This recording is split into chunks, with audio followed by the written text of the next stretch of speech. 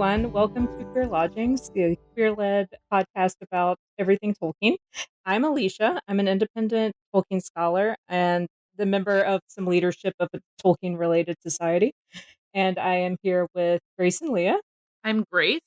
I am a fan and occasional Tolkien scholar, definite Tolkien nerd, and also serve on some leadership councils for Tolkien scholarship organizations and some activism boards as well.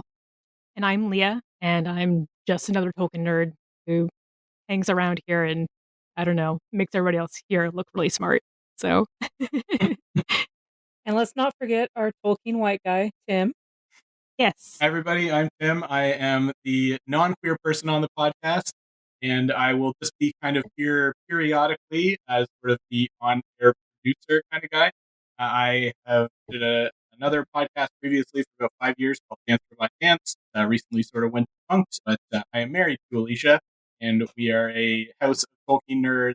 Yeah, excited to be part of it. Yeah, so we decided to start this podcast because we saw, let me put on my marketing hat briefly, a bit of a need in the market for a Tolkien podcast that is, one, centered on queerness, and two, just not centered on white dudes talking about white dude stuff. Yeah. Straight white dudes in particular. Yeah.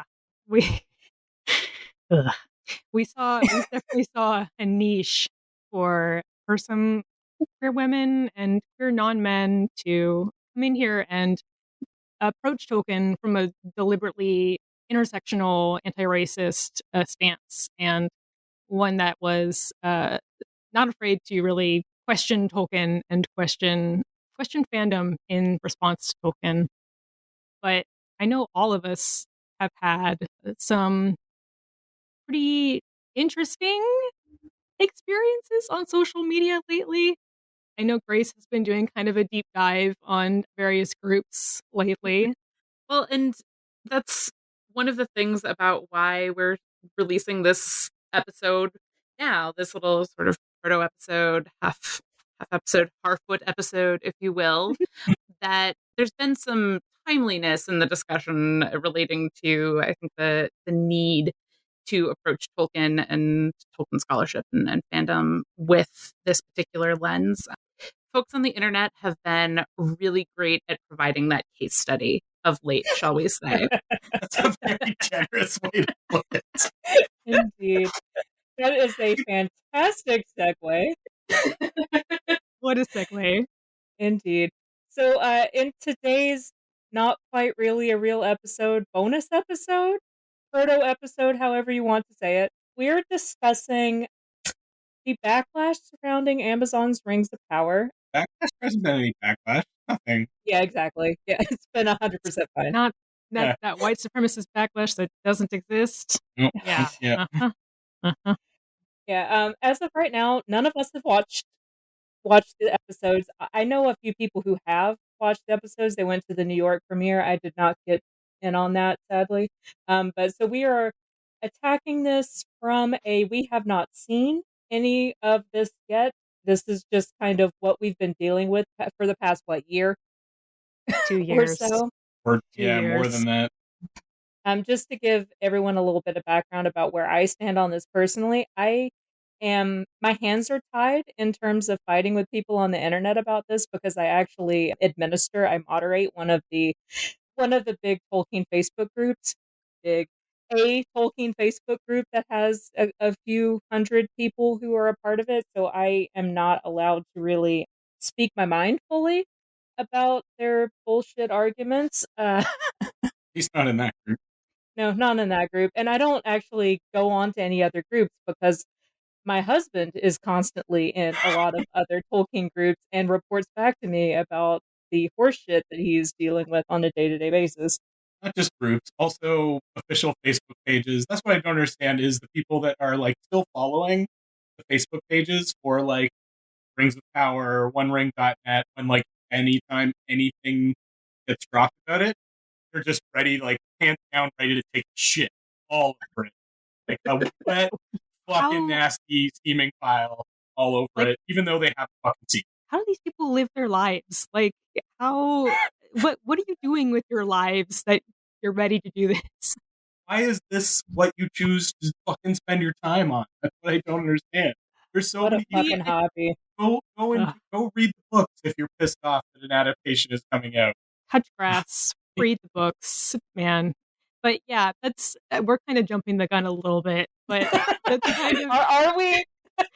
but we really wanted to have this proto episode to kind of vent our spleens a little bit before the show starts because as Alicia said, none of us have seen the show. The vast majority of people on the planet have not seen the show, and yet there are a lot of opinions being shared about the show that are pretty shitty. And specifically, a lot of these complaints are deeply racist, bigoted on several levels, and extremely antithetical to a lot of what our values and what a lot of Rings of Power, I think, is setting out to do. And so we really wanted to talk about it amongst ourselves and also bring some clapbacks to these complaints. I just want to head this off at the pass before the accusations come. None of us are paid by Amazon. There are no quote unquote paid shows. I mean, look, if Amazon wants to pay me, I'll fucking take their dirty money. But Yeah. I have not been given any. I don't like Amazon, and I spend too much money there anyway. So if they wanted to pay me, like that might balance it a bit, but whew, not happening yet. Yeah, none of us are big fucking fans of Skeletor Bezos or anything like Yeah. that. Like, we're just a bunch of No. Tolkien fans / scholars that are optimistic about a new adaptation that is focused on a world that we are all passionate about. In fact, one of my frustrations is that some of the opinions that people are presenting as fact on the internet are making me have to defend Amazon, and that's just rude. Yeah. Not a great position to put any of us in. No. And it's such a cheap, like, fallback. Is like, oh, they're just, you're just been paid by Amazon. You're just a shill for the show, blah, blah, blah. Or like, oh, you just love, capitalist Bezos. Like, no, I don't. But that's who's making the fucking show. Who else is going to make it? It's got to be someone with fucking money. Yeah. Yeah, we didn't choose who bought the rights, and we didn't vote for them. I mean, to buy the rights, and we don't have any say in how that goes. But now that it has been made, we do have a lot of things to say about what we feel about how other people feel about it. And yeah, none of us are being paid. And honestly, if they were going to pay me, I would consider it kind of a form of reparations. But for all the grief that they've caused me here personally in Amazon headquarters, Seattle. But Yeah. I guess in terms of turning to some of these complaints, shall we kind of launch into that and kind of see kind of Yeah. tell folks what's been going on? One of the things that people will say all the time in a lot of these just ever so lovely social media comments and YouTube videos and what have you is that their complaints have absolutely nothing to do with topics of race or misogyny or whatever and all that, and then proceed to go on to some statements that would seem to contradict that. So maybe it may just make sense to take a minute here and just state the case of what we've been seeing. Is this where angry nerd comes in? Yes, I would like to invite Tim, the token white guy, to read some of these complaints in fantastic angry nerd comic book guy voice for us. So I guess the first one is just like, you're just casting colorful people for the point of, to like force diversity. Like, what's the point? We're no fucking like black elves and dwarves. Fucking hard.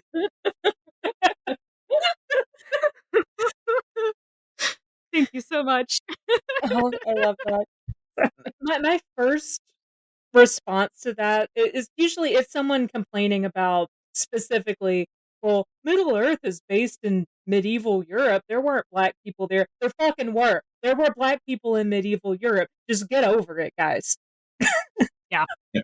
They were there, and to say otherwise is to ignore vast swaths of history, and to honestly, I think at the end of the day, what it does, a lot of this, like, insisting that, Tolkien based his, mythology on, Anglo-Saxon, Celtic, Germanic myths, and they were all white and blah. And I'm like, no, he didn't.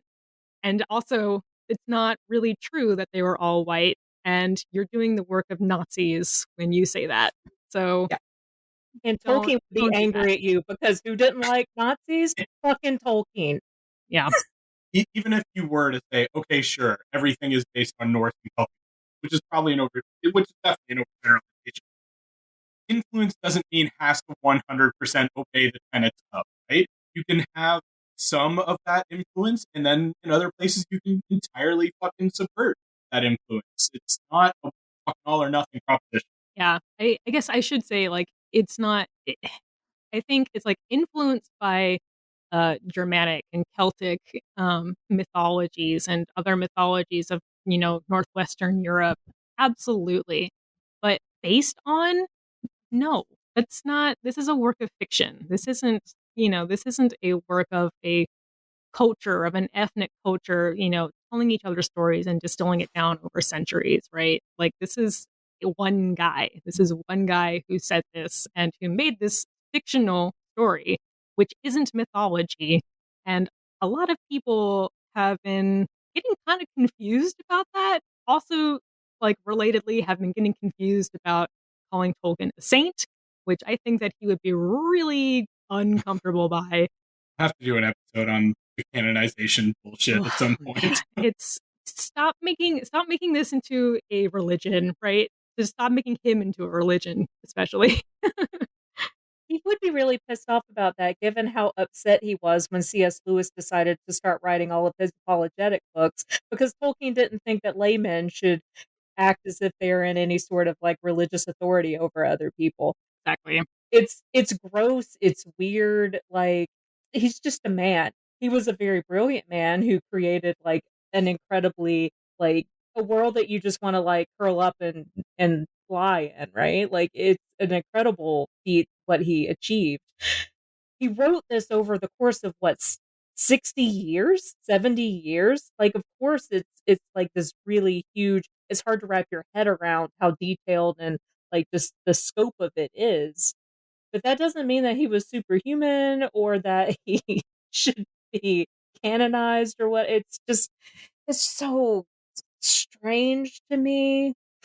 Yeah, he's a human, and all of the good and the bad that comes with being a human, and all the foibles and flaws. He was a very complicated person, and a lot of what these people have been doing in trying to appeal back to Tolkien in their complaints or their anger about this is, saying Tolkien would, Tolkien did, Tolkien this, is appealing back to him is to again flatten him into a caricature of who he actually was and the man that he actually was.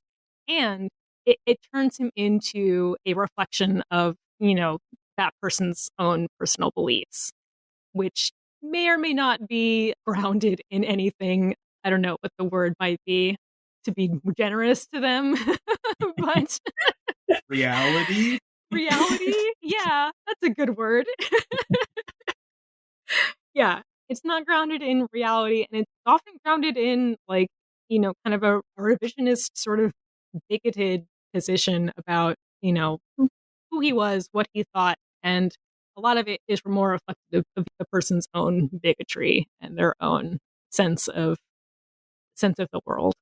You saying that they might be projecting a little bit? I don't believe. Just a smidge. Just a Well, so much tiny bit. of what folks are saying in these just awful videos and comments on the internet and everything is revisionist. It's reductive, and it's not reflective of Tolkien's texts or letters or the documentation that we have. there are a lot of opinions being stated as facts that are directly contradicted in all of the written records that we have. So, and there's certainly times where Tolkien contradicts himself, and we will certainly not shy away from the times that that happens. But It's we will go. constantly he Yes. constantly contradicts himself about literally everything. You can build a case on basically any side of any opinion based on Tolkien's own words. Mhm. Yeah. He changed his mind constantly and up to the end of his life. I feel like when people ignore that, they do a really great disservice to him, and they try to tout themselves as like they're the great defender of Tolkien, or sort of like the true fan, the true, the pure Tolkien fan. And I'm like, this is the most like disrespectful thing I feel like you can do to the man by, insisting that what he thought at any given time when, he's dead and you didn't know him. And he constantly changed his mind about everything. So, Although there were some things that he was pretty clear on as a through line throughout his life. One of those would be, as mentioned, he was not a fan of Nazis or ideologies of white supremacy. And there are, in fact, quite a number of points in his letters, without even having to explicate his texts or anything like that, just in his letters that he just absolutely eschewed those ideologies, which are, of course, the ideologies that a lot of these statements about Tolkien are grounded in today, and that's quite troubling to me. yeah. But the idea that everything is based in, Nordic myths or whatever, there is in letter 375, he said, not Nordic, please. A word I personally dislike. It is associated through the French origin with racialist theories. He was very keen on Oof. pointing out when this was not okay with him. Yeah. We have had some like joking discussions about whether it's because it was racialist or because it was French. Uh, Tolkien famously hated words that come from French, and like when he was writing The Lord of the Rings and he needed a synonym, he would go and make sure that it had Germanic origins and not French origins because he was, in the 1900s still pissed off about the Norman invasion. Oh, Lord. Well, and this is part of where folks, I think, get the idea that makes sense because he was trying to create this Anglo-Saxon myth of Middle Earth in order to be a myth for England and all of that. But Alicia, do you want to tap in on that's not maybe perhaps quite true? Yeah, so like obviously Tolkien was a scholar of Anglo-Saxon, and therefore everything that he does is going to kind of be touched like that. Because if you are like really enmeshed in a field in that way, it's going to kind of bleed over into everything else. But I'm just going to go ahead and just say if you haven't read Dimitra Fehmi's Tolkien Race and Cultural History, you should. She goes into this in a lot of detail. Mm-hmm. It's positioning Tolkien as a man in his time and how he is dealing with the leftovers of basically eugenics and how that is during his lifetime being proven as being unscientific and how he's dealing with that from the time he's 19 until he dies essentially, and how the intersection of what's happening scientifically and therefore what Tolkien believes scientifically and his individual study in Anglo-Saxon, like how those two things intersect. Because when he's reading medievalist works, those are actually based on medievalist prejudices, and those sorts of things work their way into Tolkien's work, even though Tolkien, the man, seems to have really eschewed racialist stuff. Like in letters 37, he says, I should regret giving any color to the notion that I subscribe to the wholly pernicious and unscientific race doctrine. Like he's coming out really hard against that. But like what he's doing in his, at least what he's doing in the original, in the first iteration of Middle Earth, which is the Book of Lost Tales, which is stuff that most people don't even read. Because who actually reads the history of Middle Earth? Just like the real big dorks. But like Just what us. he's trying to AKA, do, AKA us. yeah, exactly. Yours truly. Like when you hear people talk about the mythology for England, which we're going to get into in a second, what they're talking about is specifically the Book of Lost Tales, his really early writings. And what he is trying to do there is actually, in his very early life, a lot of countries in Europe were refinding their folk tales. And what he realized was that England doesn't have its own folk mythology. So he figured, much like Finland did with the Kalevala, that he wanted to do something similar to that. But he's coming at it from like a philological, which is the scientific study of language and literature and how they work together. He's coming at it from that angle. And then he realized that there's just not enough to really build actual folklore out of. So he started creating his own. I've really gone off on a tangent. No, I was going to say that, the idea that England as a separate entity that didn't have a folklore, quote unquote, is kind of is incorrect in the same way that the whole idea of the reconstructing different ethnicities and reconstructing the history of different cultures that sort of existed, like that was all part of the same medievalist project, right? Like that, the nation building and the rediscovering of folklore, it was all done with very specific aims in mind, grounded in nationalism and very often grounded in racism and in different supremacies, specifically white supremacy for a lot of the Northwestern European countries. Because during the Enlightenment and during the Romantic periods, these new studies of like these new areas of science and these new areas of um, investigation of history and archaeology, all of these things were used and able to be used to support very specific narratives, and often they were completely ungrounded in anything that in anything that like actually resembles the way that history unfolded. And it looks very, very different to the study these different studies today, but they also kind of have that same ground of being that has been really difficult to come away from. And I guess the point being that England as a separate sort of nation, it's not what it is. It's never been what it is. It's made up of a whole bunch of different people. So it's made up of a whole bunch of different invasions and immigrations and a whole lot of different peoples from the continent who came over in different waves. And so the folklore that emerges, the mythology that emerges from it has all of those same influences. And so I kind of feel like, there really is no like pure like England, and there really is no pure Anglo-Saxon, despite what a lot of people have tried to construct.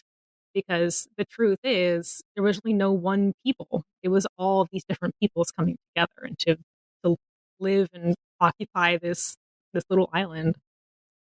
The truth is that Tolkien is influenced by the history of the place where he lives and that this nation that he loves and all that. But the idea that he was writing a mythology for England, that is not a phrase that Tolkien himself used. That's a phrase that we're all familiar with because it was introduced by his biographer, Humphrey Carpenter. And so the idea that's what Tolkien was doing is an assertion by another individual. It's not something out of Tolkien's own language. Yeah, it's a poor paraphrase of a letter that he sent to his publisher, but it is a very poor paraphrase. I do want to get back to this England as its own group of people thing, because it sounds really similar to what is currently happening in America, where people identify as white and don't understand why that is problematic. It's because white people aren't like really that's not your ethnicity, it's not your nationality. And the reason why, I mean, like in general, it's okay in quotation marks to claim to be black, but it's not okay to be white. It's because white people enslaved black people and took that ethnicity and nationality away from them. A lot of black people in North America have no idea where they actually came from other than just generic Africa. Whereas a lot of white people can pinpoint where their five times great grandparents came from. And it's, England, it's France, it's Norway, whatever. What is happening around the time that Tolkien's actually trying to write his quote unquote mythology for England is that the Celts are starting to rise up and push against England. Like Ireland's making a case for why they should be free. Scotland is making a case for why they should be free. Tolkien, who, although his works are decorated with Celtic things, apparently dislikes Celtic people. And he said in one of his letters that Celtic influence was an affront to his essential Anglo Saxonness, which is a hell of a quote. Yeah. He's trying to make a group. Yeah. It really highlights, though, how his definition of race and culture is based in culture and language rather than physical characteristics like skin color. Right. And in speaking to the point about claiming to the white culture, it's like, no, whiteness isn't a culture. It's an absence of culture. And I'm sorry, I thought white culture was having birthday parties for your dogs and doing Right. gender Gender reveals reveals. that catch California on fire. that catch the country on fire. That is white culture. You're absolutely right. Oh my God. For the record, since some of you can't see us, everybody on this podcast is white. Is white as fuck. Yeah. So yeah. Look, and sometimes we're complicit. We probably have all had birthday parties for our dogs or cats. Oh, 100%. Yeah. Yeah. I make him a meat cake. It's a whole thing. Yeah. Oh my God. But like, in order to become white, our ancestors gave up their cultures, right? In order to gain these privileges and this power of whiteness, we had to erase where we actually came from and cut ourselves off from, that history and our cultures of the various, where our ancestors all came from. The actual rich storied histories to make this like basically artificial culture. Exactly. And fucking inch deep. Exactly. Yeah. And I feel like I sometimes wonder if some of that kind of grief, in a way, is something that Tolkien was sort of reaching for when he talked about creating a mythology for England, and kind of trying to reconnect with something that didn't mean the British Empire, that it didn't mean colonization, it didn't mean the eradication of so many other cultures. It kind of meant like, what was it that the various peoples here on this island, in this, in this space where I live, what were their stories, and what were their beliefs? And I guess we want to, I was going to say, I don't know if we want to keep going on with some of this, like the mythology behind uh, a white, medieval Europe. I don't know. I get really frustrated with it when I see this complaint happening online, and I've seen it. I've seen it pop up in a few times in Facebook, and because again, it's like the long argument, like in response to that particular complaint, is like grounded in like needing to know the history of racisms, the actual medieval histories, the history of what we've been talking about with like, nation building and the romantic and enlightenment movements of science and eugenics, and, the grounding and racisms of that.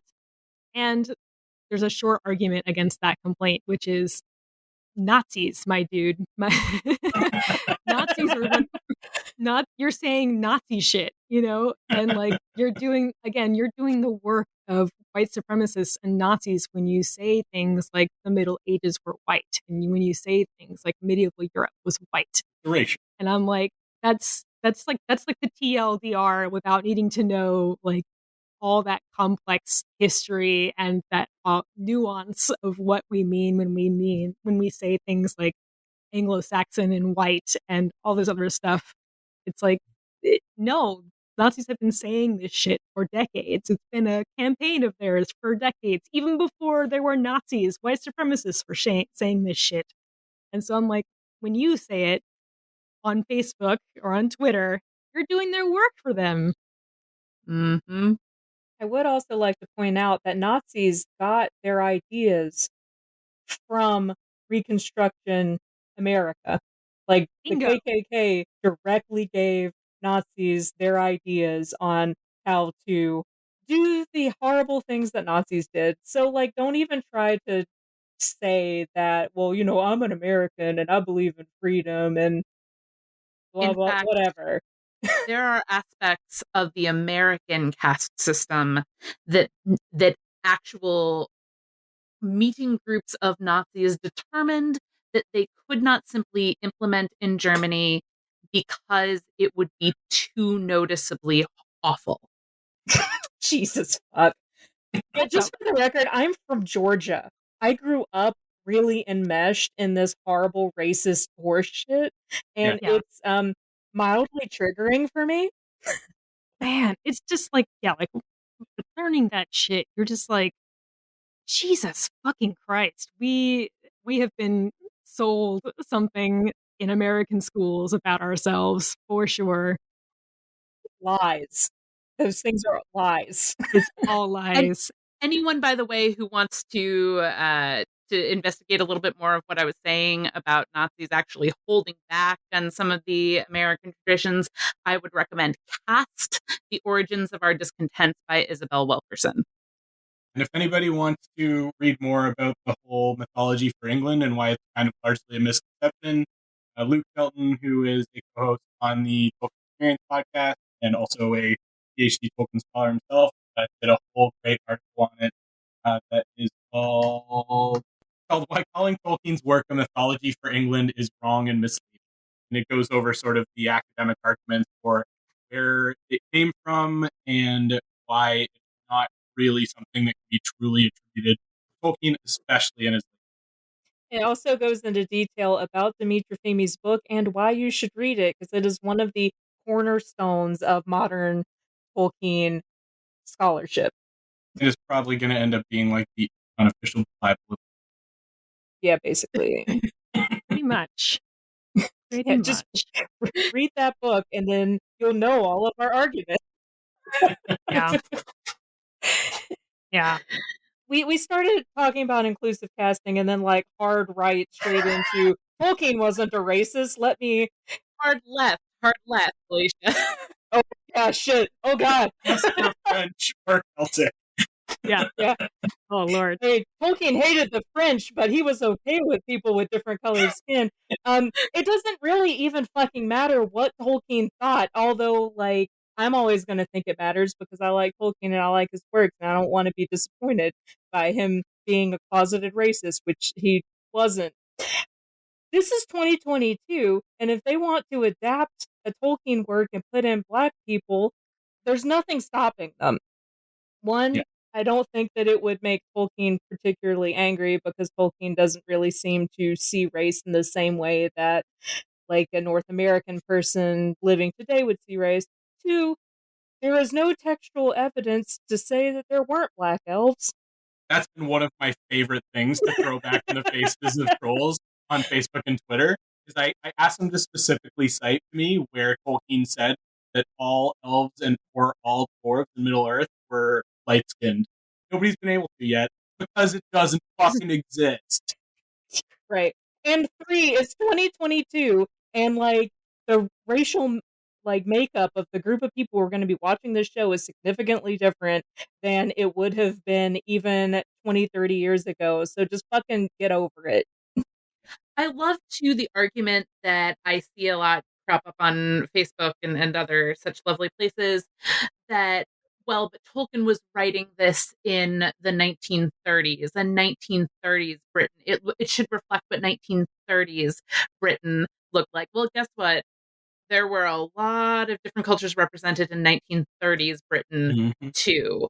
And so there's really no excuse for a reductive reading of who can and can't be in this fictional land of Middle Earth based on skin tone. But I love they're that just too. I love that that's what's breaking the illusion for them is the fact that some of the elves and dwarves have dark skin, not the fact that they're having trouble being immersed in this world where fucking like wizards and goblins and fucking dragons.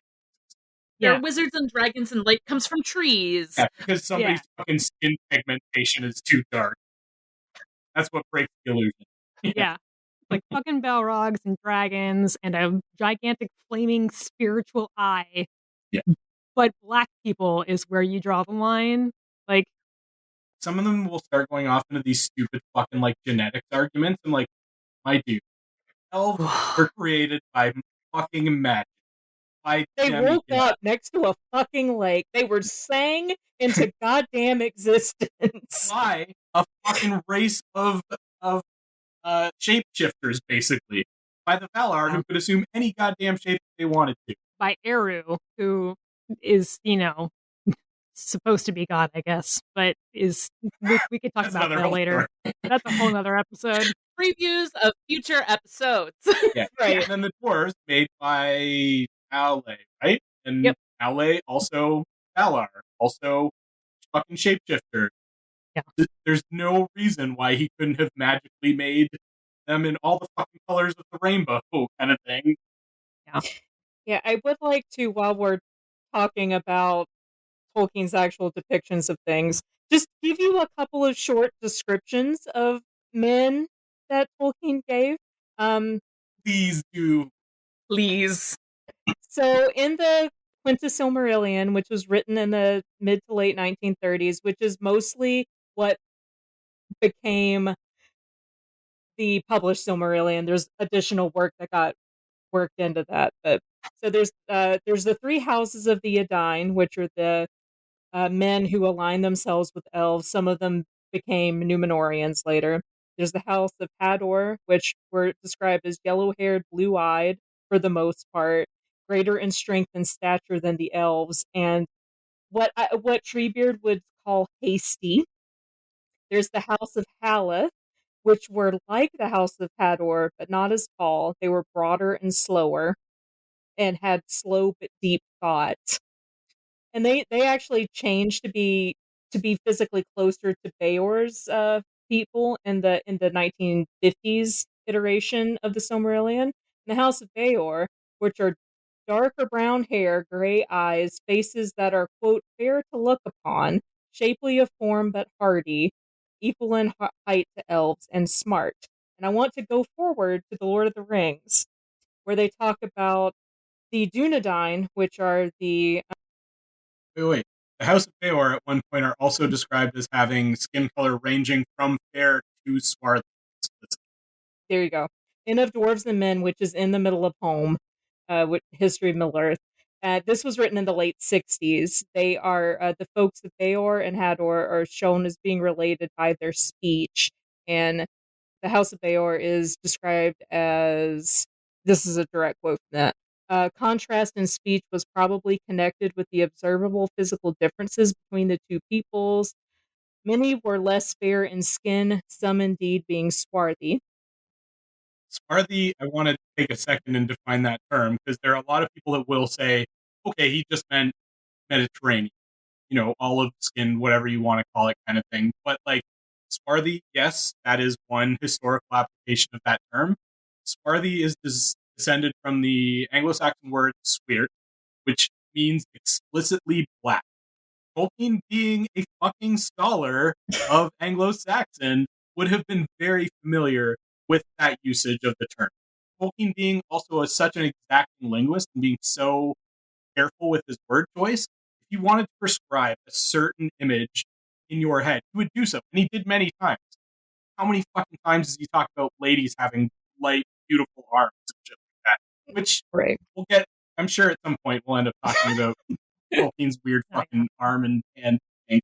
And It's not king shaming, but it's there.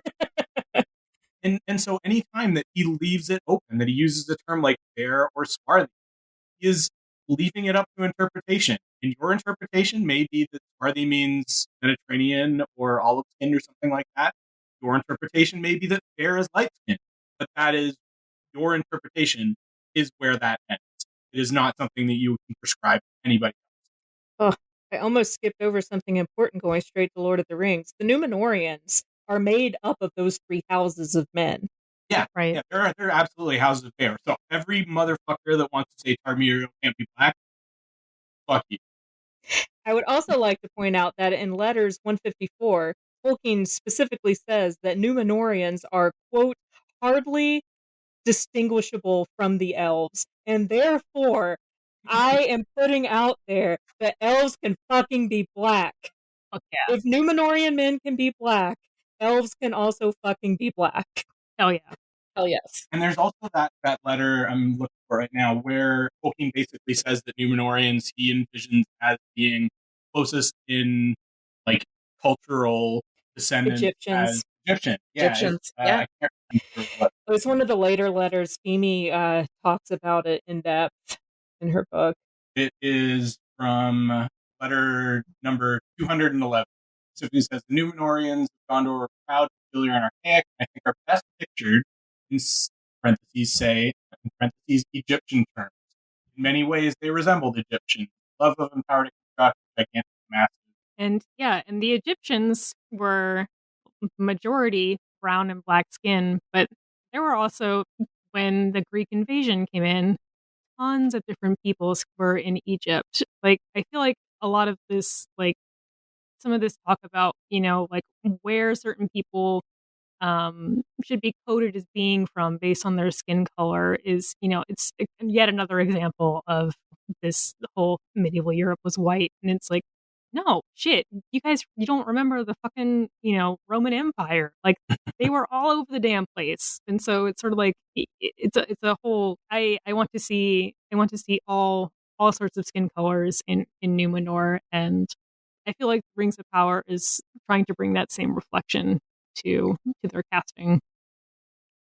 Yeah, one last thing before I completely go away from these men.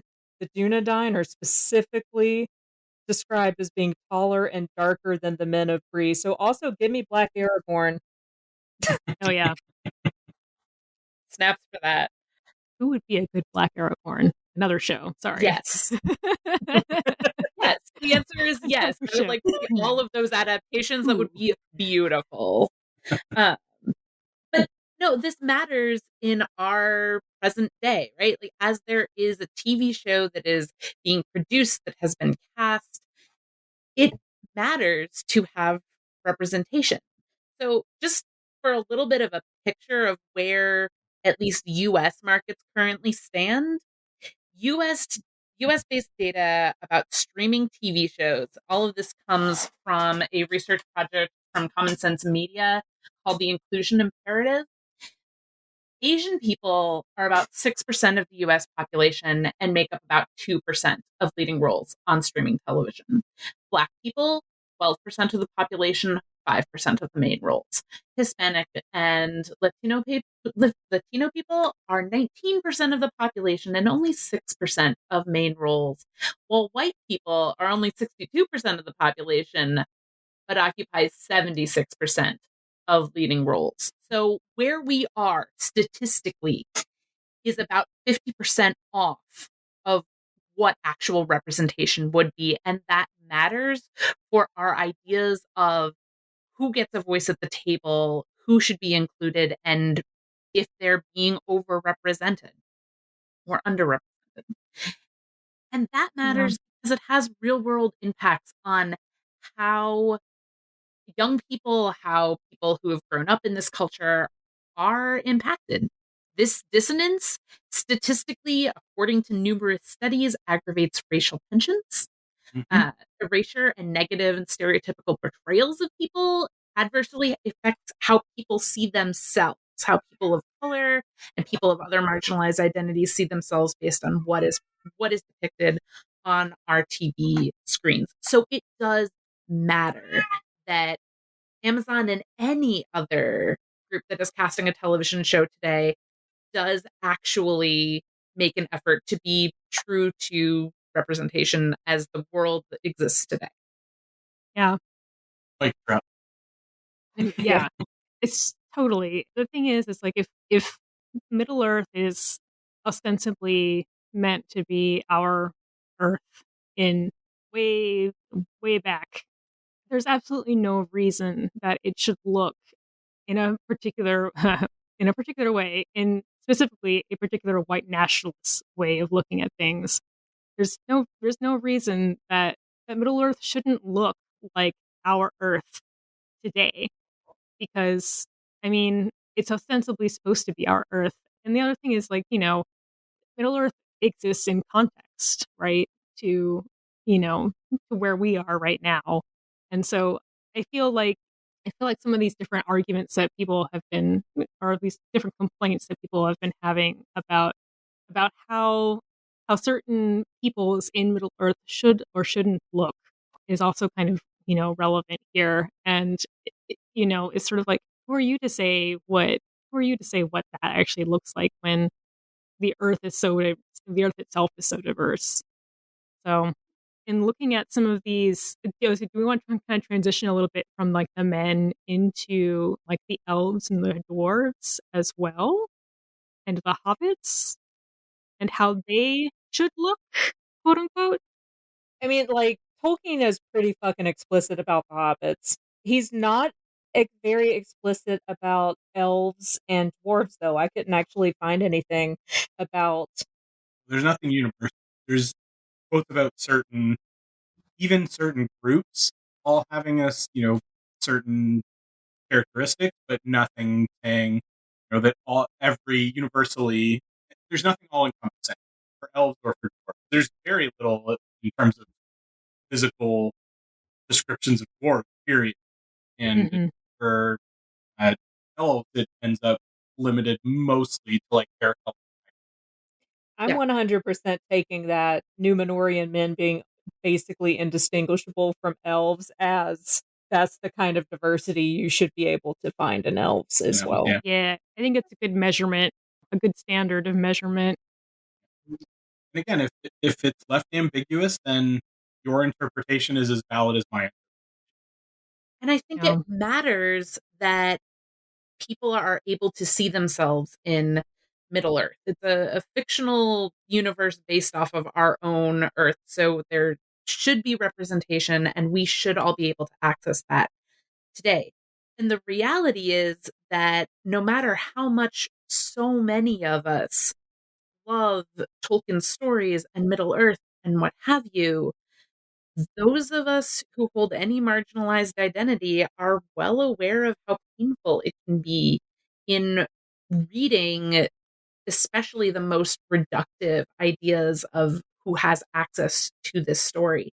It's something you'll see online all the time with these folks having comments of like, well, if it's fiction, you should just be able to see yourself in the fictional universe. And why does it matter if elves are black or what have you? Well, it matters because anyone who is excluded from those descriptions has to work harder to see themselves in this place that we love.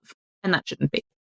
And one problem is dark skinned people are not unrepresented in Middle Earth. We have danced around the actual depictions of dark skinned people in Middle Earth, which are the Easterlings, which are the Dunlendings, which are the Haradrim, which are a fucking disaster area of racial stereotypes. People with like broad noses that are savage, or whatever you want to fucking imagine the Poople are like, kind of thing. Like it's a mess, like Orientalism and shit like that, and it's just not great. Unlovely Mongol types. Indeed. Slant eyes. Yeah, exactly. So for to have an example, even in an adaptation where you've got people of darker skin that are represented as the more heroic races, is honestly just overdue and kind of an equalizer. Exactly. Yeah, that unlovely, least lovely Mongol types. Oh god, it makes my skin crawl to even repeat that. That is a direct quote from Tolkien about how the orcs should look. Yeah. It is interesting to note, though, that he often couches some of those things that make you go, oh boy. He often couches those in how someone who is not familiar with their group of peoples would perceive them.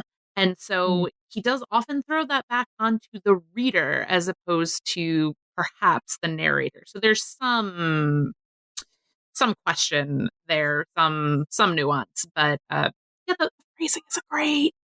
No. Yeah, it's definitely like I think that there's some nuance there, but I also definitely think that it's fair to say that like, that's pretty shitty of you to say, Tolkien. Like, Yeah. come on.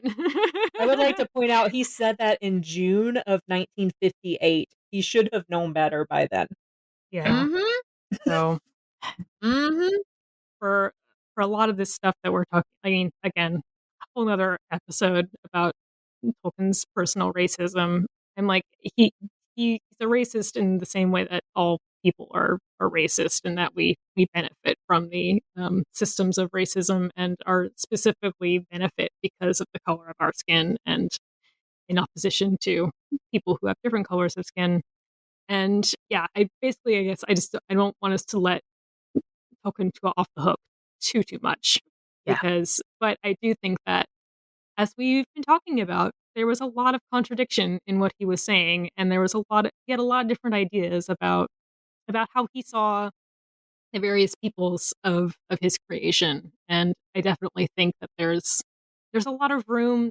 There's more than enough room for Black people to be in Middle Earth. There's way more room for Black elves and Black dwarves in Middle Earth than a lot of what these shitheads online are saying. And I I guess that's kind of like my ultimate point. One of the points where it matters a lot to me is the statements that some of the actors who are portraying these characters have made. So, like Ismael Cruz Cordova, in an interview, talked about reading Lord of the Rings as a kid and saying, I felt very represented spiritually and intellectually, but not in image. There was no one that looked like me. I was a child and that was very present. So I traversed through life and had this dream of becoming an elf. So when I saw myself in the mirror with full armor and my ears on, I was an elf. I just, there was a tear or two. That little boy felt very proud. And I know that that magic that I felt looking at myself in that mirror is something that I knew a new generation, but also adults are going to feel. That's my guy. That's me. I'm so excited to see him as I'm so I'm excited very to see him in scared the too. show. And that's something that all of us as white people and generally a lot of these, critics are largely white dudes, sometimes white women, very rarely got down people of color. They just don't comprehend because they have grown up seeing themselves represented in every form of media, right? And so it's not something they just lack the empathy to understand, hey, this does matter, even though it doesn't feel like it for you because you've been taking this representation for granted your entire life. You've never had it happen to you. Yeah. Well, and Sophia Nomvete, whose name I am probably mispronouncing, I apologize, Sophia, who plays. We'll definitely hear this. uh, look, gotta have high hopes. No. She's getting in on the ground floor of this podcast, for sure. Hey, Tim has had some tweets liked by writers for the show, so nothing's impossible. But no, Sophia Nomvete talks about this in some of the interviews too. She is playing a dwarf queen named Disa, who is largely a new construct for the show, and I'm sure it will surprise none of our listeners to recognize that she has drawn so much controversy and criticism just in the fact of her mere existence as a Black woman being cast in this show and speaking openly about what that means. Also in an interracial marriage. Yes. Yes. We're in the Um, but she's made the point several times that along the lines of like, now in this instance we're seen and we're heard and we're acknowledged as having a right to be here as much as anybody else. And that is what is so key for me, is that the interpretations that we have of Tolkien's works and Middle Earth and all of that in adaptation are accessible to everyone, because there is textual support for it, but also because we live in the world today. We live in the world of 2022. And so, yes, the world of 2022 ought to be minimally reflected in the works that we create now. Absolutely. But this is cultural appropriation. You wouldn't cast all white people in a Black Panther movie. You Oh, wouldn't put white people in a Kung Fu movie. Lord. fuck my life. Quentin Tarantino Oh. would put white people in a kung fu movie. Wouldn't Fuck you, yeah. that? He sure as shit would. I love me some Tarantino, but I openly acknowledge that he is problematic as shit. Also, might have some things in common with Tolkien in terms of the appendage fetish. Appendage fetishes, yeah. That's exactly where I was going. Yeah. Indeed, indeed. I would like to point out, in terms of cultural appropriation, you can't appropriate the dominant culture. That's assimilation. It's a Yeah, completely different thing. yeah. White It's replacement theory. Oh, oh fuck Lord. me. That's another show. But it's like in the exact same way that there's no such thing as reverse racism, there's no such thing as black people appropriating from white people because again, whiteness isn't a culture. I also like in response to a lot of this stuff is like number one, it's like you can't appropriate from the dominant culture. And number two, when you say things like, why don't you guys just make up your own stories? Why don't you go make up your own fictional characters and tell stories about them? Like that's what we've been doing. Like that's what Black Panther is for one thing. And it's like it implies that like Separate but equal, maybe? Is that what people yeah, want? Yeah. it implies that that there's no room for it. It goes back to like there's no room for you here.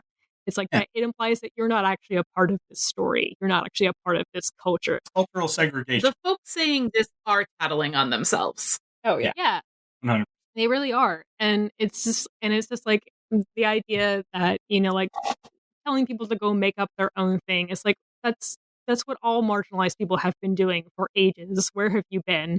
That's the existence of fan fiction is a testament to what we've been doing, and it's like it just kind of supports that division between people and saying and kind of putting down that line, saying that like you're not actually a part of this story at all, and you never were, and that's absolutely not true. It's ahistorical, it's atextual, it's not a valid argument based on the texts that exist. Plus, it's not as simple as, okay, I'll go make my own thing. There are still very real systemic barriers to minorities and underprivileged and marginalized groups making their own media. Because look at the fucking executives at any major studio, and it'll be 80 to 90% white dudes kind of thing. Like, when those are Yeah. the people that are making decisions on what gets greenlit and what doesn't, then you're never going to have any sort of equality whatsoever or equity in terms of who's represented in the story, who has those lead protagonists. Yeah. One of my Facebook friends, his name's Milton Davis. He is a Black author who writes steampunk and fantasy and science fiction. He's a lovely man. He posted something about this exact thing, about how Black writers get shit upon for playing in other people's sandboxes, for wanting to write for, mainstream comic books, stuff like that. And people tell them, oh, well, just make your own thing. Like, make your own thing and make it like, black led. And even his black fans who tell him to do that then don't buy his stuff when he actually does that, because they're characters they don't know. He's, doing something new, but they want another Spider-Man. Yeah, they've got so much invested in those existing characters that that's what they are ultimately looking for. Not only that, but those minority characters or characters that represent marginalized groups, they never get the same promotion No. that your big name characters do as well, right? So you're fucking like 3 steps behind at the start. Yeah, at Yeah. this point, he's just self-publishing because he couldn't find a publishing house that would give him equal status to other people, so he just decided to start doing it himself. And I mean, he's actually doing pretty good. So, like, kudos to you, but like, it's a huge fucking problem. Like, unless there's equal representation all the way up in companies, you're just never going to get true like equity.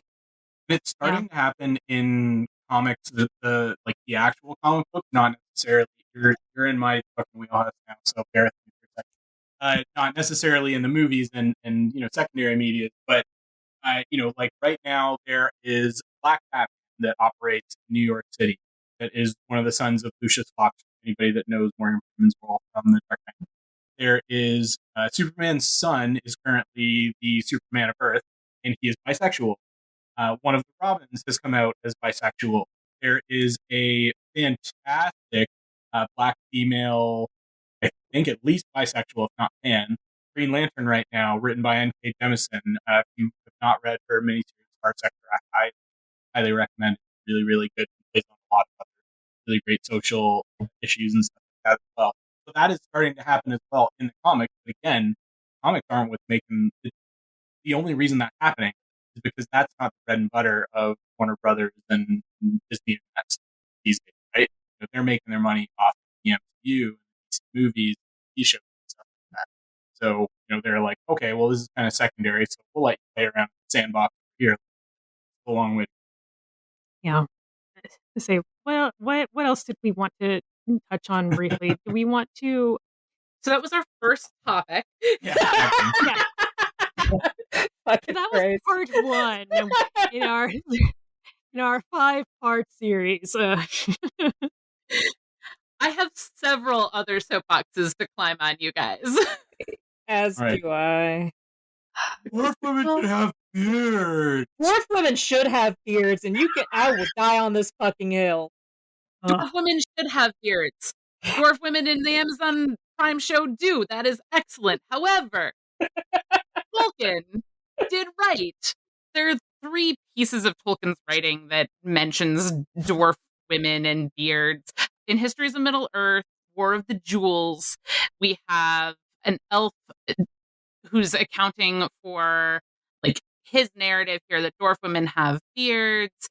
It's Pengalod, and he's an elf and an outsider, so that's a point from his perspective, because the most common thing that we hear about is that Gimli in Return of the King talked about that there are few dwarf women, probably no more than a third of the whole people. They seldom walk abroad except at great need. They're in voice and appearance and in garb if they must go out and journey.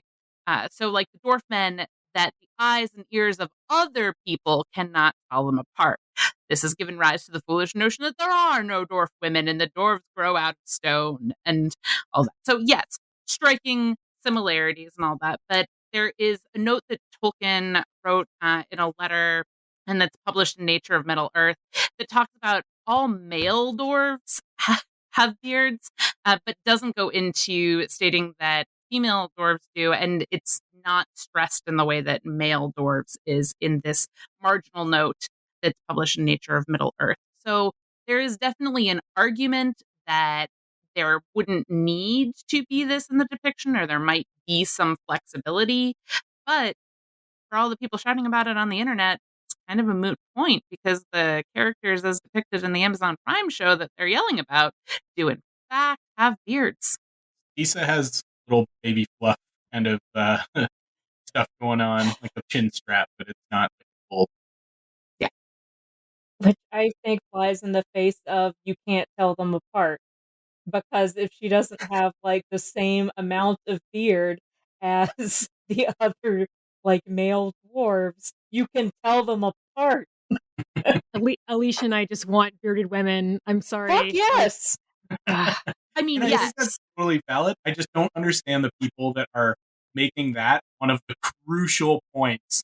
If that is like what you're going to let break the entire series for you, then like you weren't really invested in it. You were just looking for something to fucking shit. If any hair is going to break this for you, it should be the elf hair. I mean, that's a whole thing. My gosh. Lord. Oh my goodness. The thing that I do note in that Return of the King reference is that the depiction of dwarf women being so alike in voice, appearance, and garb that if they must go on a journey, they look so like the dwarf men. This suggests to me that perhaps when they're at home, their grooming habits might be different than when they are traveling on the road or what have you.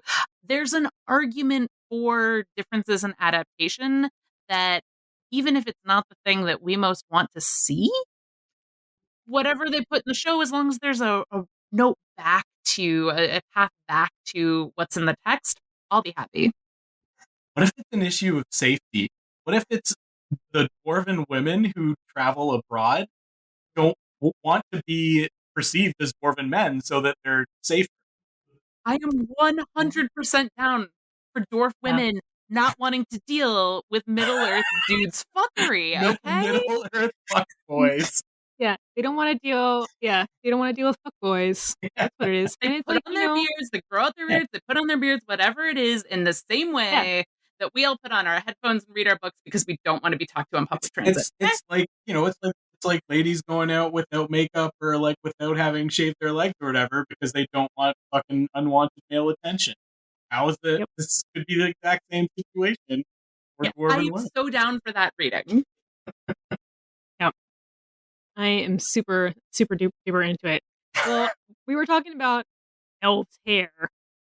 I know a lot of people have gotten really upset about short hair on elves. So there's two classes of this one, right? There's Rondir, the dark-skinned elf, who has, basically his hair's very close shaven, and then there's Fresh Buzz. the fucking used car salesman hair on. It's so fucking bad. I'm sorry. It's so fucking bad. You did Celebrimbor and Elrond dirty. I'm already mad about Celebrimbor because I feel like the actor's too old to play the elf they cast him to play. And, I understand that's at least mildly problematic. I don't really care. Celebrimbor is my boy. Him and Anatar are my favorite slash pairing. I'm mad. But the fucking wigs that they put on these guys are atrocious. They're so bad. It's like 70s porn star slash insurance salesman. It's so bad. Oh, listen, I call them the Pantene Pro V elves. Oh, I love because that. yes, it is not. Is it my vision? It is not. But I do have to acknowledge that Tolkien doesn't say anywhere in the text that elves all have long hair and that this is the stylistic choice of all elves through all three ages of Middle Earth. Like, it's a choice, but it's not one that's prohibited by the text. So my ire has to be entirely personal. We just need to look at the second age as the 70s of Middle Earth. I don't want Yeah, to. why not? A lot of poor style and hair choices were made. I'm into it. I'm sorry. Is there a fucking toll for your car keys when you walk into Rivendell? I mean, I'm not going to be mad if there is. Okay. 34 of that fic probably does exist, I was right? going to say, that fic definitely exists. That fic definitely exists. Listen, someone was real mad on the internet and was like, what are we going to do next? Have polyamorous elves? And I was like, well, that's an idea. It's also a thing you can do. When you've fucking been alive for thousands and thousands of years, you're gonna get sick of fucking the same dude. Like, let's be honest. Like, look, third age Galadriel is definitely not fucking Celeborn. No, she's fucking Gandalf. Yeah. Yeah. And then she Absolutely. sailed off to Valinor with Gandalf and not with her fucking husband. Left her husband to chill in Mirkwood with Thranduil. Yeah. I mean, Just saying. what are they doing? I also think that, living for thousands and thousands of years, you're going to want to change your hairstyle maybe once in a while. Like, I would get really fucking sick of long hair if I was 3,000 years old. So, And they're not all going to be winners. Listen. yeah, they're not all going to be winners. And also, it's like, just trying something new, just going through a fun phase. And, a couple hundred years, sort of a couple hundred years, we'll get it fixed. Elves do have a sort of ennui at times.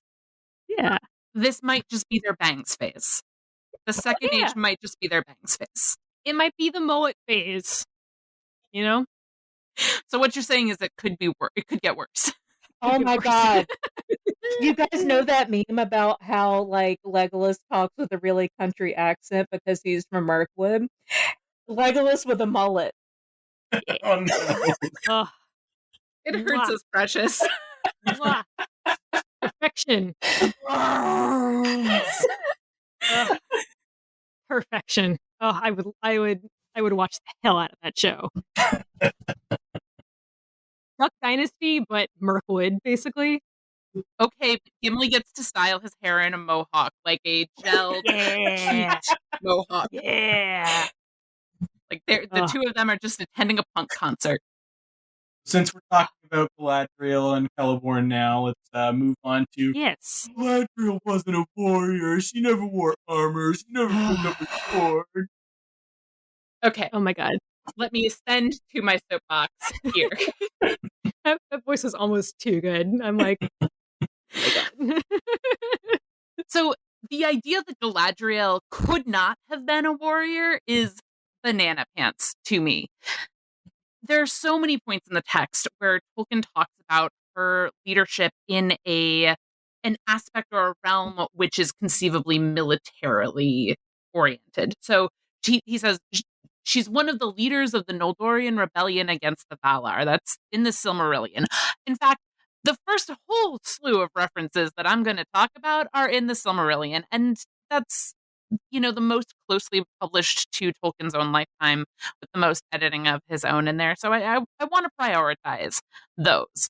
In Flight of the Noldor, he says Galadriel, the only women of the Noldor to stand that day valiant against the contending princes. I mean, that term valiant is a pretty key one in terms of military valor and all of that. Tolkien does know words and does know what he's talking about and what the connotations of being valiant in this military setting means. And he is suggesting this to us. And these are even in the earliest writings about Galadriel. We also have Led by Fingolfin and his sons, and by Finrod and Galadriel as another reference within that same chapter of the Silmarillion. Uh, in Of the Voyages of Erendil, we have Celeborn of Doriath and Galadriel, his wife, who alone remained of those who led the Noldor to exile in Beleriand.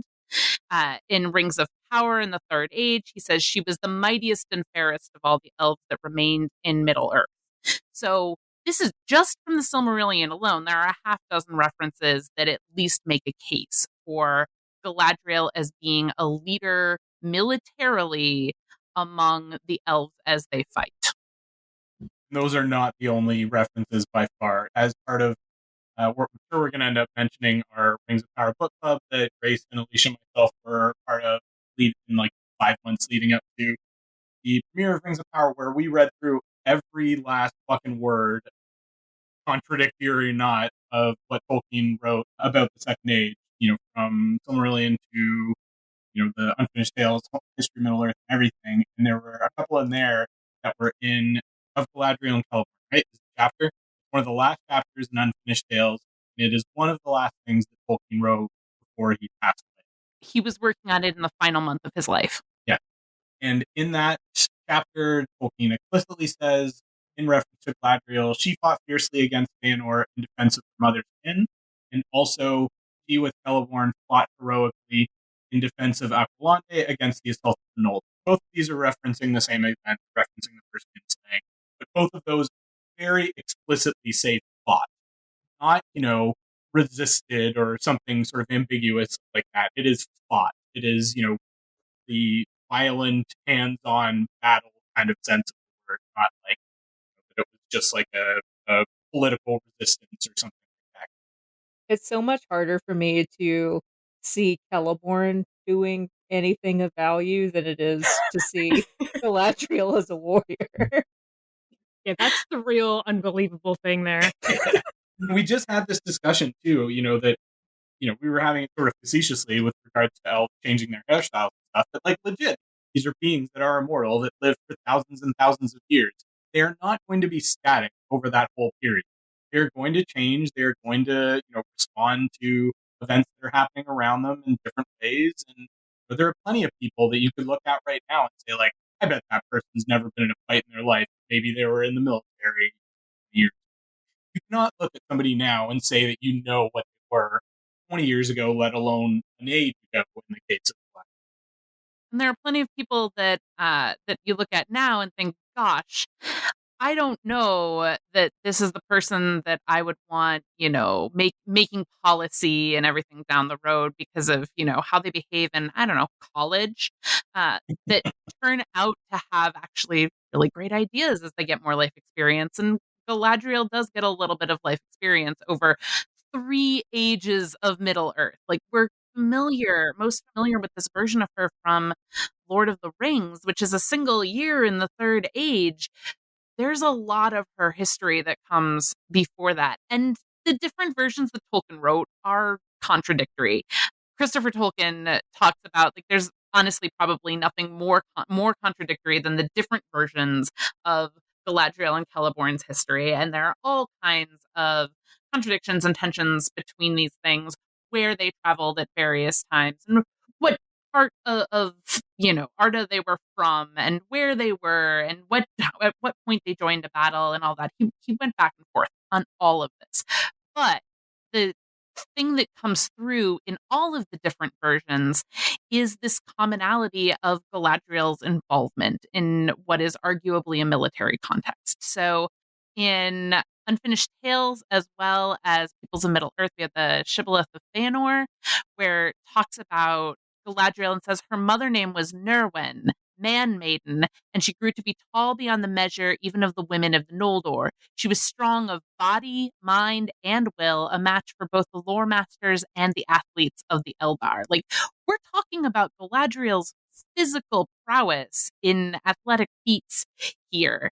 I want to go quickly on to what a mother name is as well, because the mother, so girls have multiple names. They have, like, name their mother gives them a name, their father gives them one that I think just like what they sort of go by in public, which in Gladriel's case is Gladriel.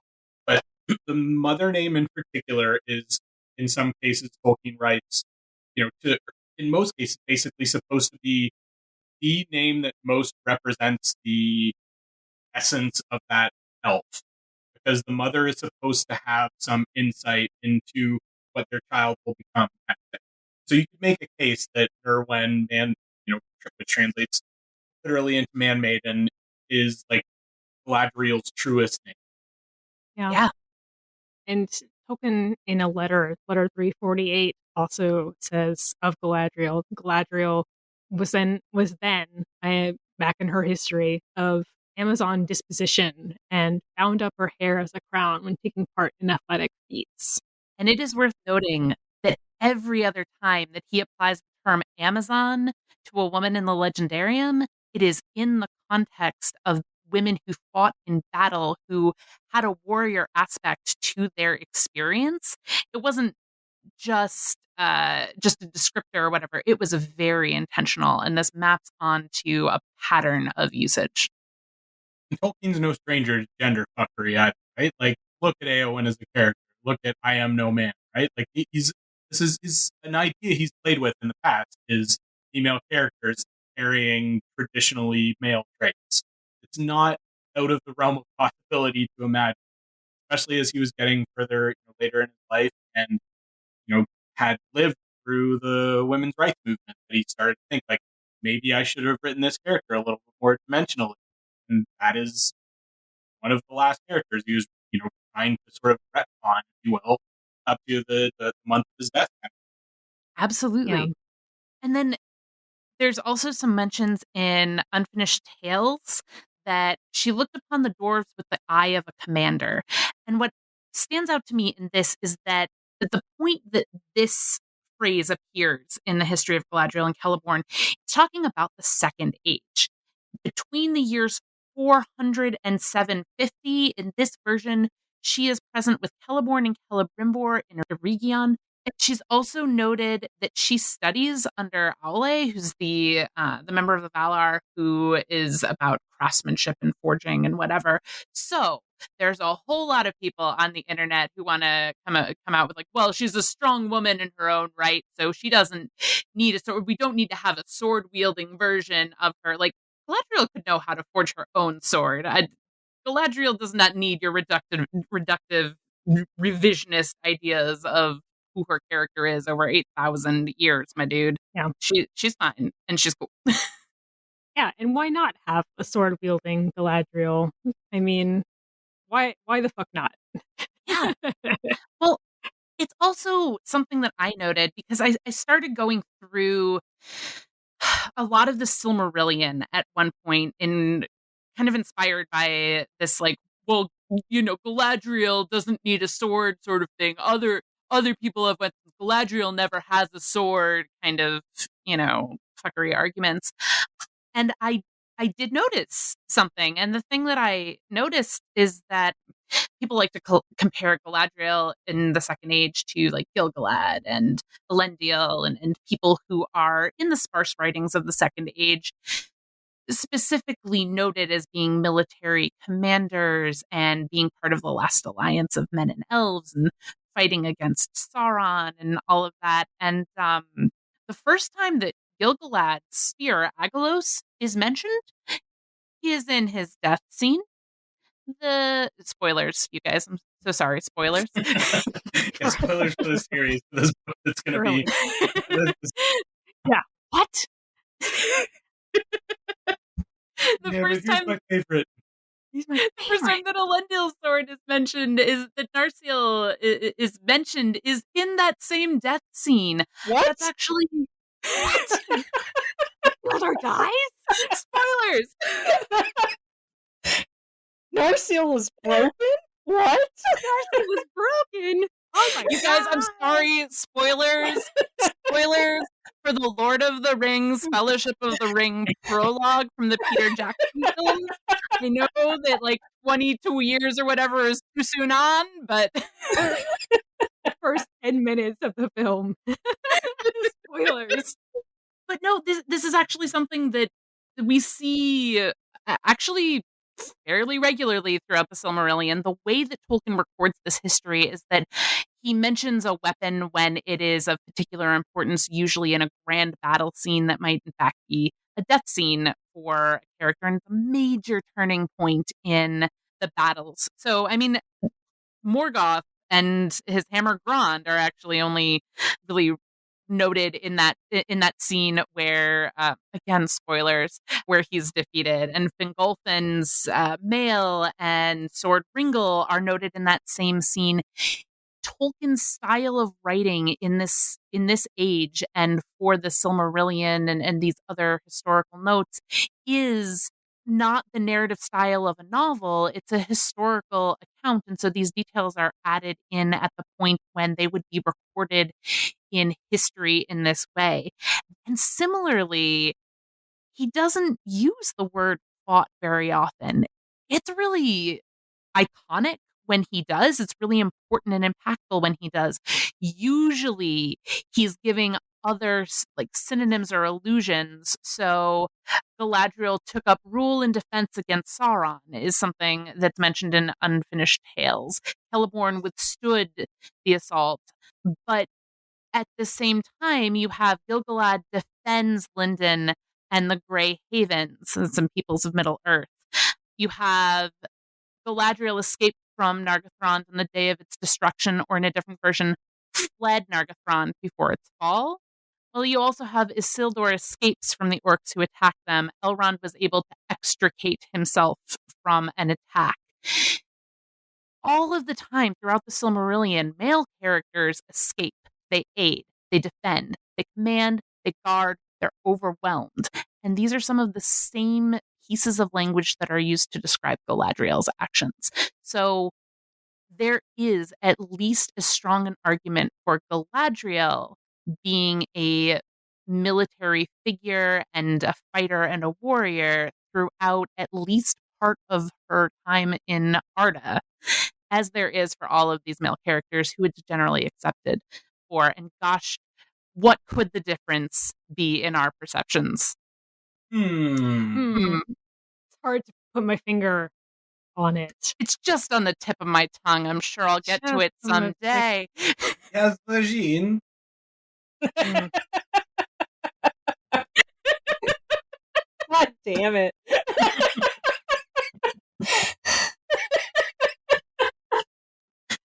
And I've broken never. Oh I was no. gonna say it was kind of great that it was the dude who said that too. But, He fits in well. yeah.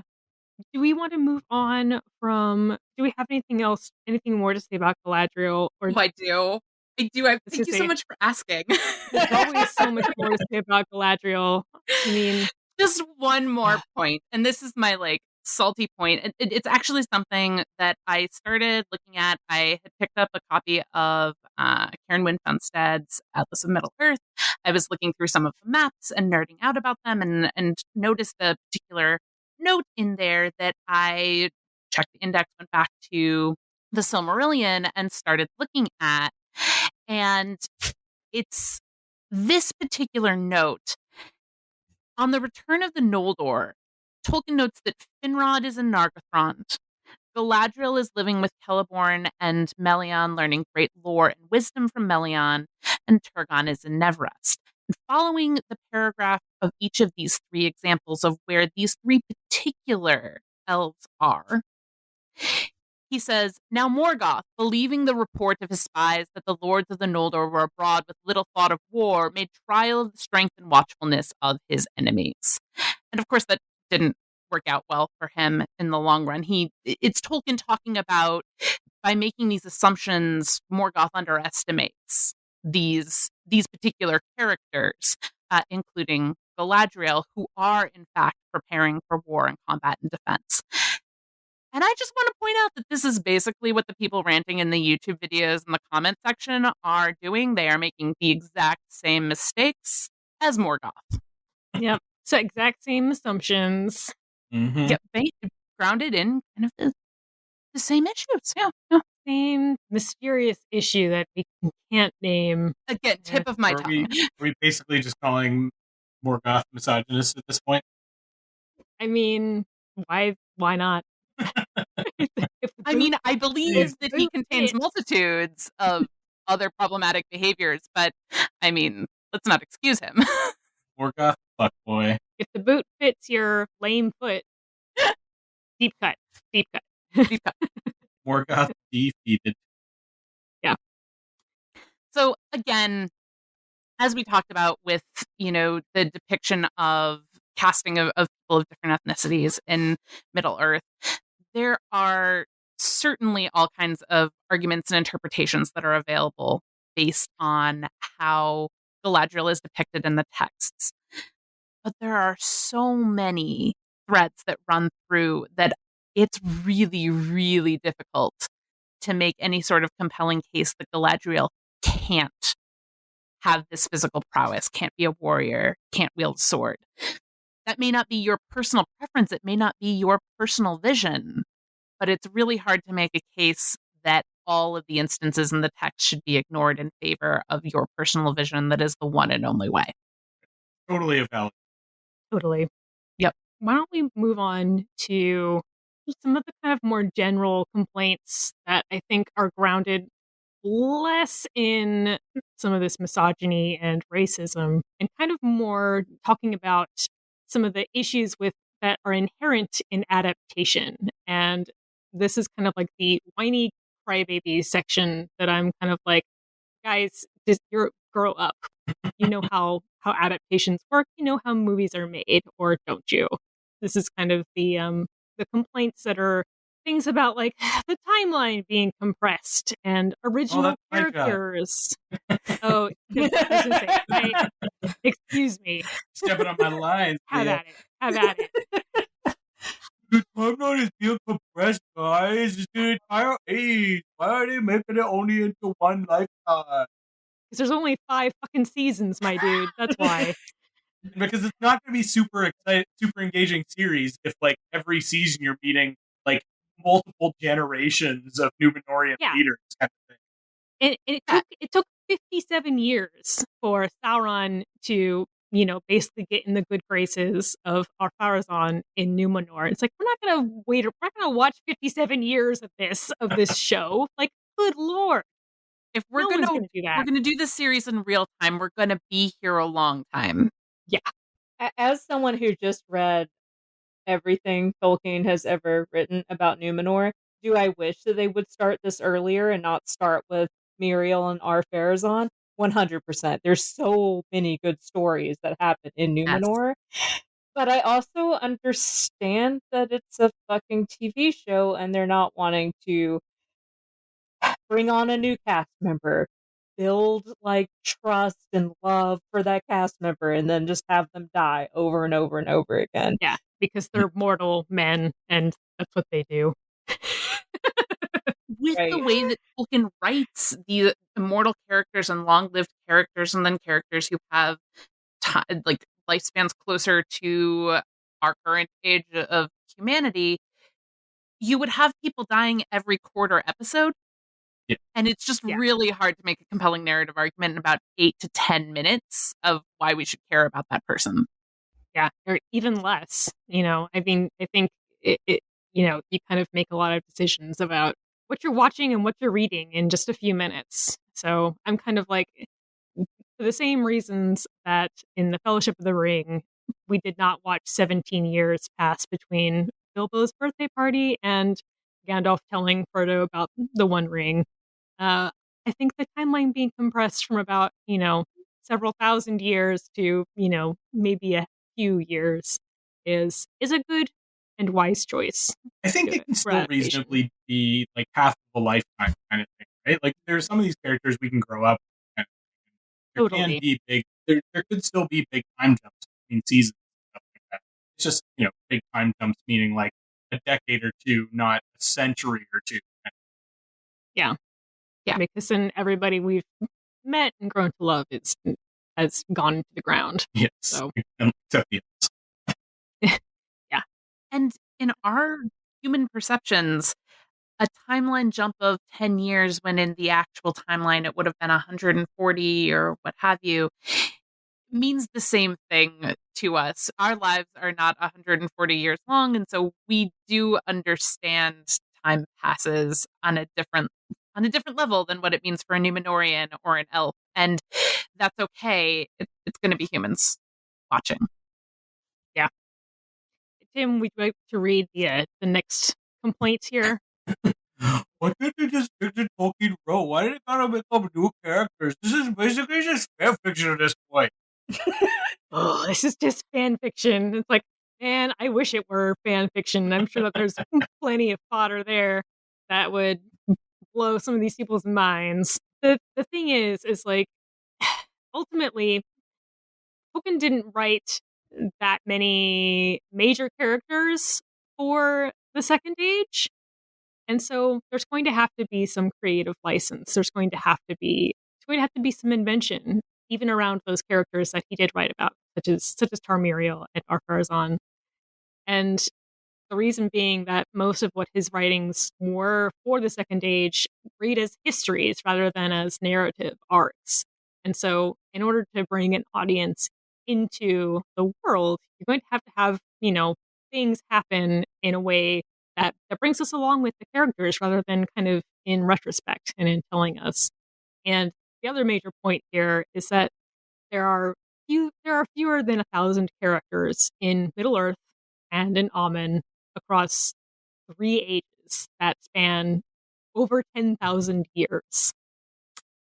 At some point, somebody whose name we don't know is going to need to be there and is going to show up, right? There's all sorts of stories about all the people who are not named in these histories. And I think that gives us a lot of opportunity to make new stories and to kind of imagine what life is like for these folks, these kind of normal folks, really, who aren't necessarily these big named characters, and how they're responding to the actions of these big named characters. Like I'm kind of like spiraling into fanfic territory where I'm kind of like, what kind of feelings would a Tellery have at the kinslaying? What kind of feelings would some other folks, and what was going through the minds of all of these normal people when the War of Wrath happened and Valyrian sank? It was like, the end of the fucking world, man. How while all these angels Spoilers. and gods and stuff are like flying around in the air, what's happening on the ground? What's happening to these people? And so I get more excited about the idea that there are more original characters coming into this because I'd like to see a Middle Earth that reflects the elves to men from hobbits and Harfoots to Ents. I want to see a range of peoples because that's what Middle Earth is all about. It's about a whole bunch of different people. I'm excited about this too. And I'm also excited because I keep joking about spoilers, but genuinely, there's the least written about the Second Age. A lot of these stories are going to be new for a vast portion of the viewing audience. But for some folks, who, let's face it, are nerds like us and have read every single page about the Second Age that we can get our hands on, we know how a lot of the character stories turn out. And so I'm excited for the mystery of some of the original characters and not knowing what their fates are, if there is happiness waiting for them or tragedy. Like, I want to experience those stakes as a viewer also. I don't just want to know what's going to happen everywhere. I want to be surprised. And I'd rather be surprised on some storylines that I'm not familiar with than have something be changed dramatically that's truly in contrast to Tolkien's writings, not just the things that he's already contradicted himself on. We've mentioned it a couple of times now. There are only about 200 pages written about the Second Age across all of Tolkien's works, not including the Notion Club papers and things like that that are really kind of tertiary. The Notion Club papers were Tolkien's foray into like time travel science fiction that's based around Numenor, which doesn't have a lot of bearing on what actually plays out in Middle Earth. But yeah, so there's about 200 pages, and half, 2/3 of that are about named characters we already know. They're about Galadriel and Celeborn and like Numenorian kings and all of Yeah. that. Yeah. So there is a lot of room to have additional characters, and I'm 100% with Grace. I don't want them to be taking like horrific liberties with people whose stories we know how they're going to end up. Like if for whatever reason they decide that Gil-galad survives the last alliance. Yeah, no killing off Elrond or, things like Yeah. that. It's like I mean, number one, that's not gonna happen, but it's like I want different things that I don't know about to happen because I'm like you guys say, we know what happens to these folks. And I think that some of the mystery and some of the surprises can be found in how these things will kind of unfold in this new story. I want space for the storytelling because Tolkien gives us all of this amazing history, but I want to see the story adapted to screen too. And that's going to take a lot of liberties beyond what's on the page in a way that's really, I think, respectful to Tolkien's work. I think that's really possible. But if we were just adapting a history book, it wouldn't be a particularly compelling adaptation.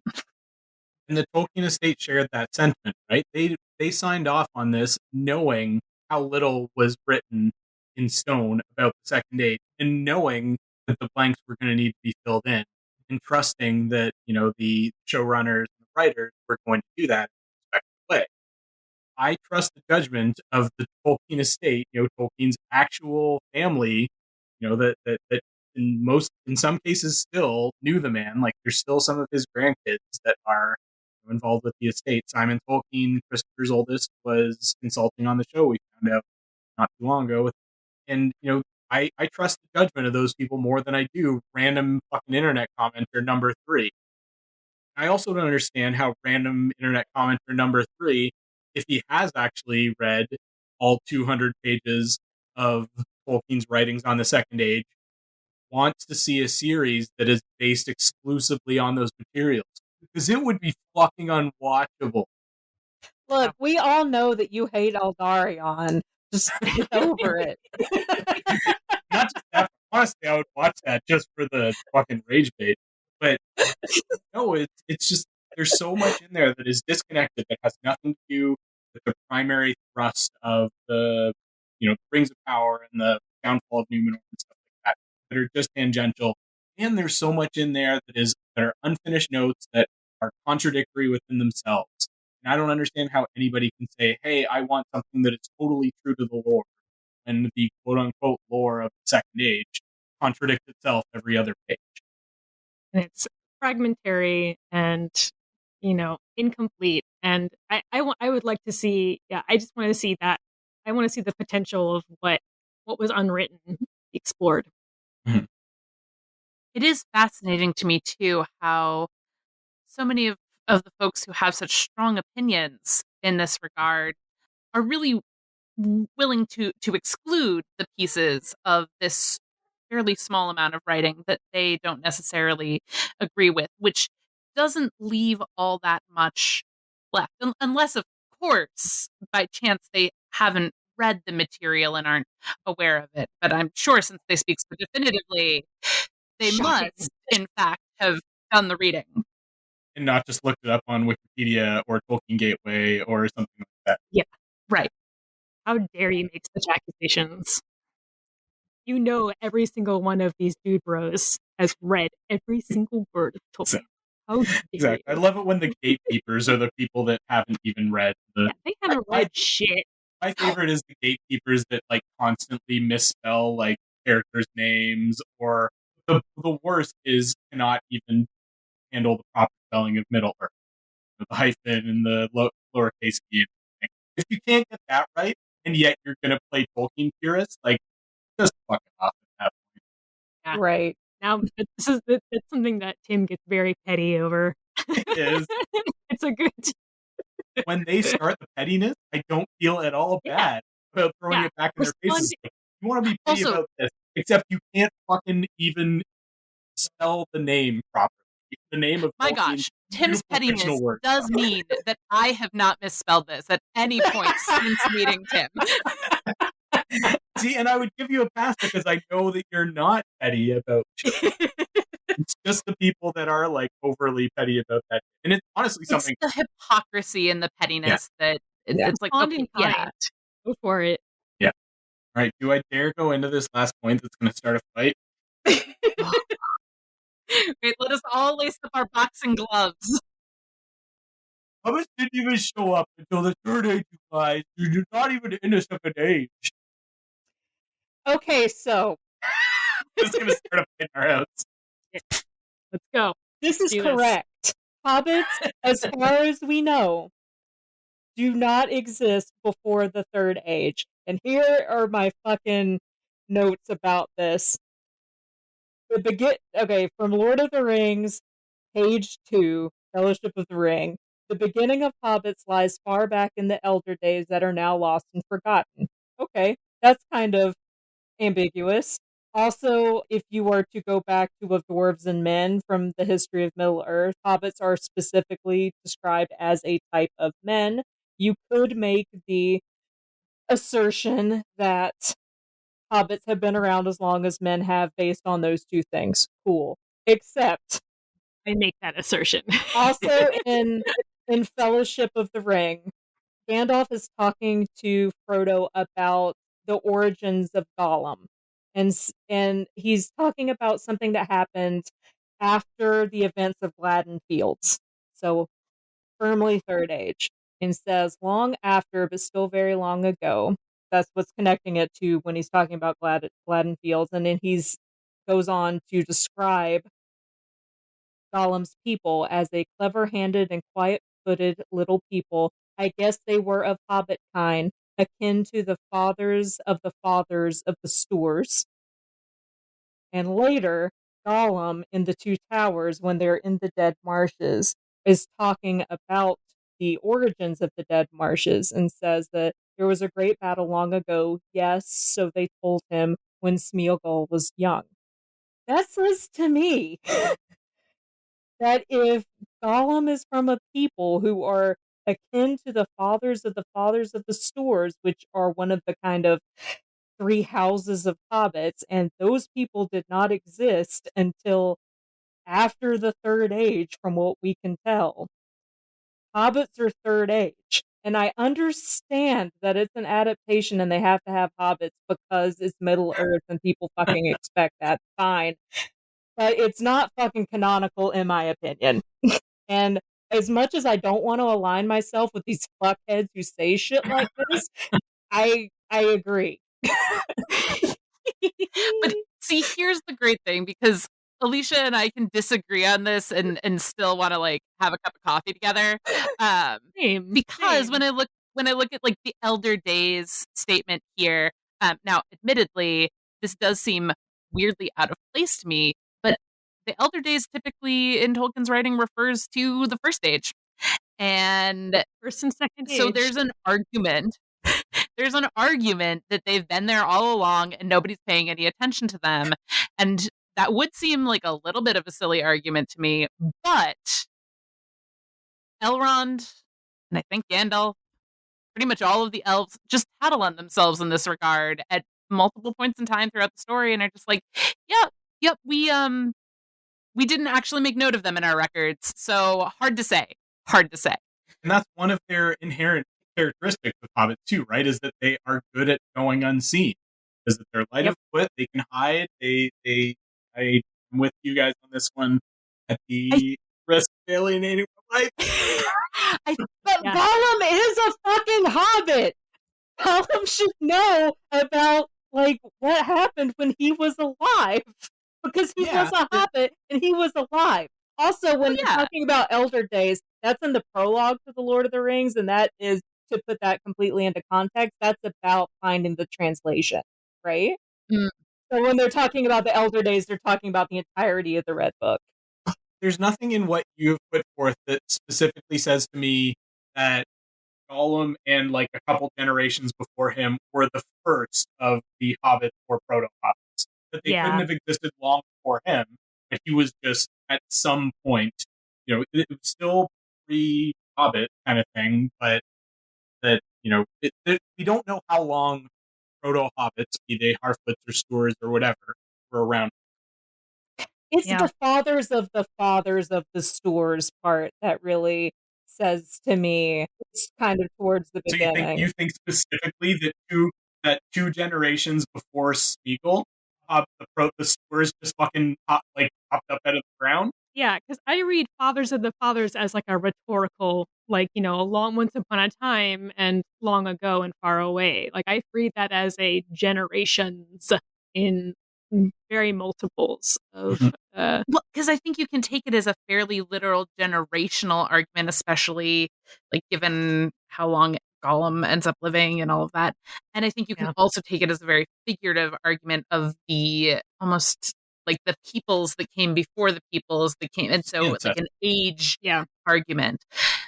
But I think I read this as like ancestors, like, deep ancestors, rather than like great grandma or like great great grandma, And of course, Tolkien doesn't give us enough to go on here. He gives us just enough knowledge to be dangerous.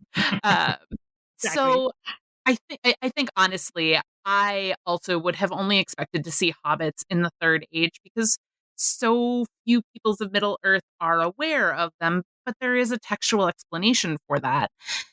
There's also some evidence that makes me go, okay, I have to expand my assumptions past what I had previously thought. So I think that this one is indeed a stretch.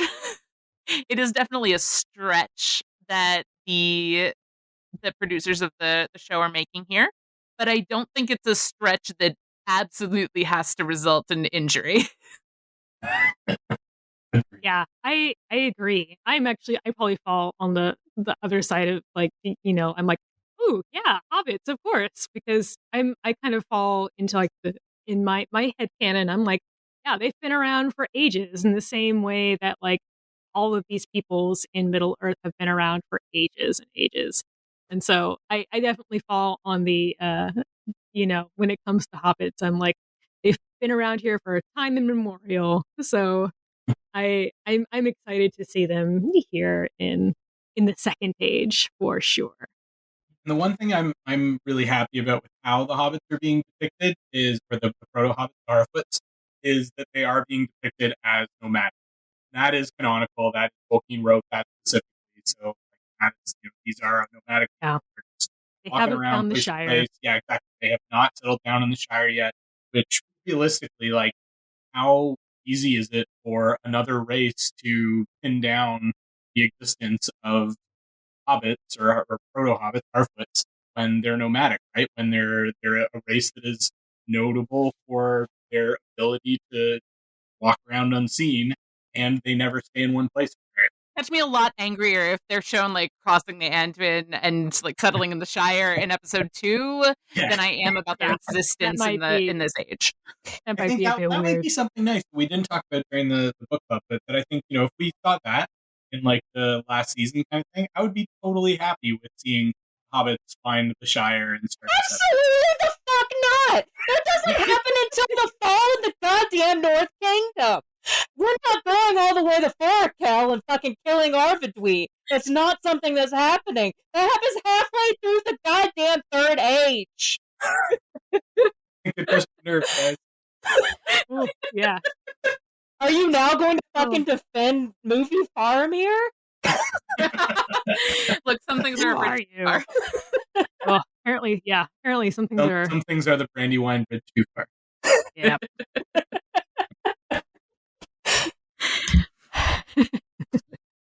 Oh, that's just there are very few hills that I'm willing to die on about this show, and it's fucking the horrible wigs on the elves and the hobbits just existing. I feel you. Stand in your truth. Stand in your truth. Not my truth, but that's cool. Well, and there are plenty of things that I have strong opinions on too about the way that something might be depicted. That there are going to be plenty of things that I will be able to trace the through thread back to Tolkien's writings and see the genesis of that idea and think I understand how the council came to that decision, but being as I think the stupid ass decision, I'm not going to listen to. I have to. It'll be the canon of the show, if not the canon of Tolkien. That's fine. Knowing where the idea comes from is really, really helpful to me, actually. But I certainly have strong preferences about how certain things may or may not be depicted. Buy me a coffee and we can talk for about 3 hours about how I'd like to see Tarmiriel's storyline go. And that's before we even started the show. So, yeah, we all have pretty strong opinions, but I think Yeah. it's really helpful to know what the grounding in the text is. And as Alicia points out, if you're ever trying to make the case that Tolkien definitively meant something that is your own worldview, it's a really hard case to make. Yeah. And I think that in a lot of this stuff, it's like it coming back full circle back to the beginning. We haven't seen this show yet. We don't know what choices have been made. We don't know what things are going to happen, how things are going to happen. And when they deviate from the text, like that's definitely a conversation we can have. And I think that's a conversation we're definitely going to have on future episodes of this podcast. But I could tell it just from the trailers that it's just a fucking Amazon cash grab. It's gonna be super disrespectful to Tolkien. It's gonna be terrible. I can just Boogie's gonna be tell. fucking rolling around in his grave, guys. Oh my god. And I'm You like, can really just hear like how like excited Tim gets about fighting with people on the internet, and also like how soul draining it is to me. yeah. Just like, God damn it, just shut up. No one fucking cares. Fucking- You're one more angry white Catholic man. Like, No one cares. I've heard your fucking opinion already. Oh, we've heard it like 10,000 times. I should get paid every time you say an opinion so that I can, like, afford health insurance. Reparation. America. You're draining me of my health. You owe me. All right. Well, we are at over 2 hours now, so I'm really excited to listen to this after Tim edits it and figure out how much of this that we actually end up keeping. He's make reference to how long the episode's been going. What a journey. What a journey future Tim's gonna go on. Indeed. Yeah, so this was our not quite a real episode, our point 0.5 episode of Queer Lodgings. You can find us on the interwebs. We're on Facebook as Queer Lodgings and on Twitter as queer_lodgings. And if you have an episode idea or whatever, you can email us at queerlodgingspodcast@gmail.com. See you guys next time, where we're going to be angrily talking about something different. Angrily or maybe not. Tune in to find out. Because we want to leave folks with an air of mystery. Indeed. Ooh, yeah. Yeah. You want to be surprised.